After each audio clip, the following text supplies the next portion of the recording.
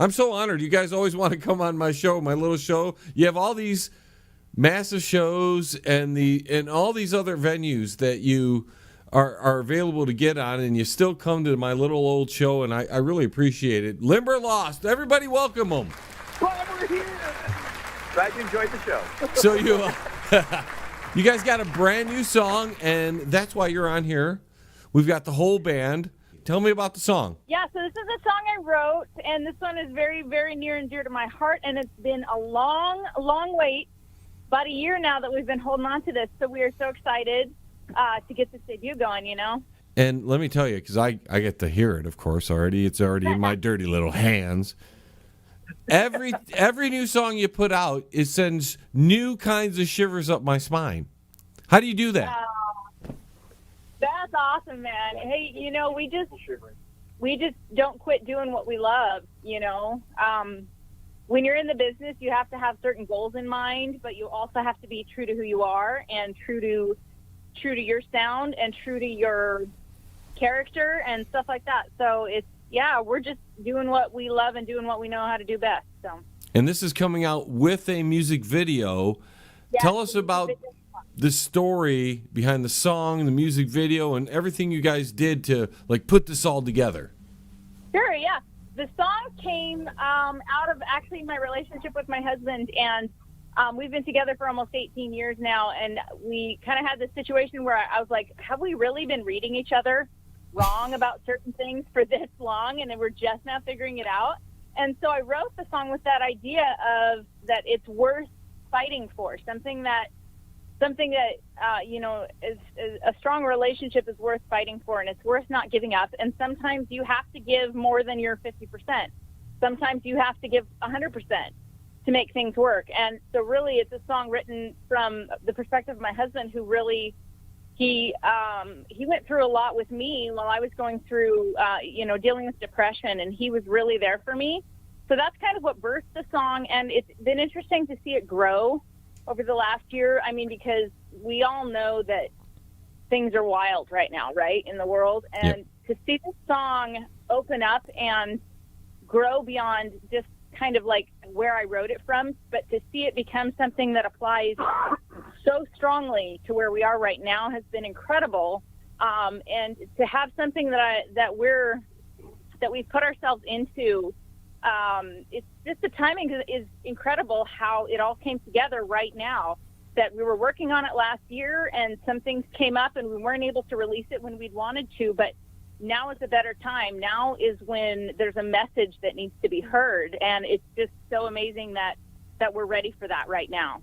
We're extremely grateful that the world decided to screw itself up. So our song would mean more. Right. Well, hey, we need great music to save the world right now anyways. Right, yeah. Crystal, did you write this in the bedroom or something and send it over to the guys, or was this some collaboration over the internet? I mean, how'd you guys put this all together? For this one, this was actually kind of a hook that had been picking around in my head for a couple years. And sometimes that happens where I'll have something or a piece of something, and then, there's a point where it starts to become more relevant and make sense. And I'm like, oh, this is where this needs to go. So I'm pretty sure I just wrote out the chords and kind of played through my idea of what the piano was doing, because I sat down at a piano to write it. And then when we bring it into the rehearsal studio, then it's kind of fair game to play with it and see where it goes. And I don't think the song was even finished at that point. I probably didn't even have a second verse or a bridge yet. So a lot of that was birthed out of the process of just kind of trying different flavors and trying different sounds. And so it definitely, even though I wrote the song, it's a song that is 100% a Limberlost song. This has a piece of everybody in it.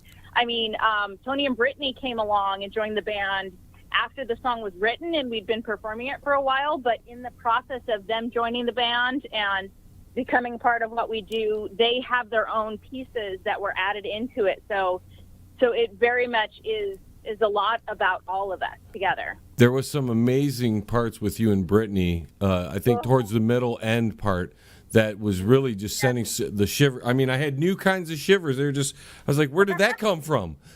And That's awesome. That's what we're here to do, man. now, did you? Go ahead. No, you go ahead. I should shut up and let you talk more. Go right ahead. Well, I just want to say, because there's more than just the band that gets involved in these things. Dave has his way of recording us and looking at sounds and saying, hey, this should be this and this should be that. And we were actually in the beginning of recording this song. I think we had drums, bass, and a scratch vocal and a keyboard part. I think you had come in and put something in. I think that was the first thing I did. Yeah, and so we had pretty much had that. We didn't even have our guitars in yet, and we were just in the formulation of the rhythm. And that was about the time that I was starting, or kind of several months into developing a relationship with Timothy Eaton, who is a world-class producer. And he just kind of asked what we were up to, and I told him that we had this song, and he somehow convinced me to send that to him. No guitars, no background vocals, scratch vocal, nothing that's really been done anything with.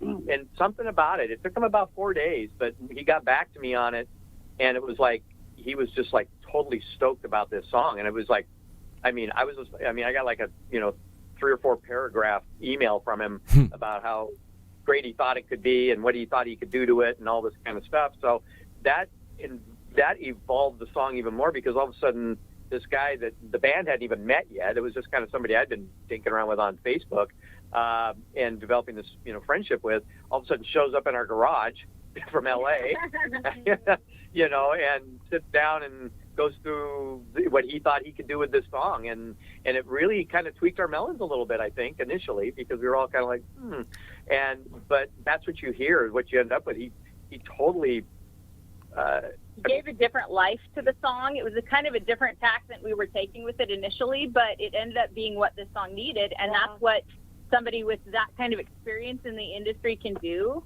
They can take what you do as an artist and say, this is how we can best deliver this to where it can be received most widely, and so it was really a cool process to be able to work with him in the studio and hear his perspective on presenting a vocal on a recording. That was really a great experience for me, and I learned a lot.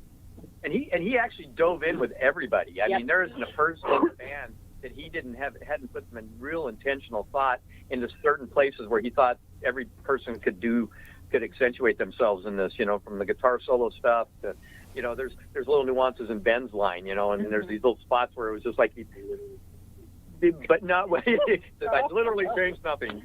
Like a roommate, but well, only Ben can be. Ben, Timothy heard that and he said, "I ain't touching it." Ben is awesome and he's perfect, and we'll just leave him right where he is. He's the only one worthy enough to be able to mold you. And up until that point in time, we were pretty guitar centric as a band, and from that recording, I think we had 20 some frickin' keyboard tracks. Yeah. Just ask Timothy. He'll say, Crystal's an amazing singer, but I really want to play with that bass player. That's what I heard somebody smoking pot in the background or something. They're all coughing and everything. So you can smell through here. Yeah. Hey man, it's coming. Hey man, put your mask on. It's coming through the microphone. Yeah. Exactly. So the video.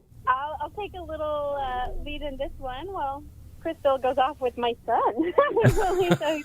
Oh yeah, we didn't tell you we got the Limber Pickle here with us too. It's our mascot. Okay.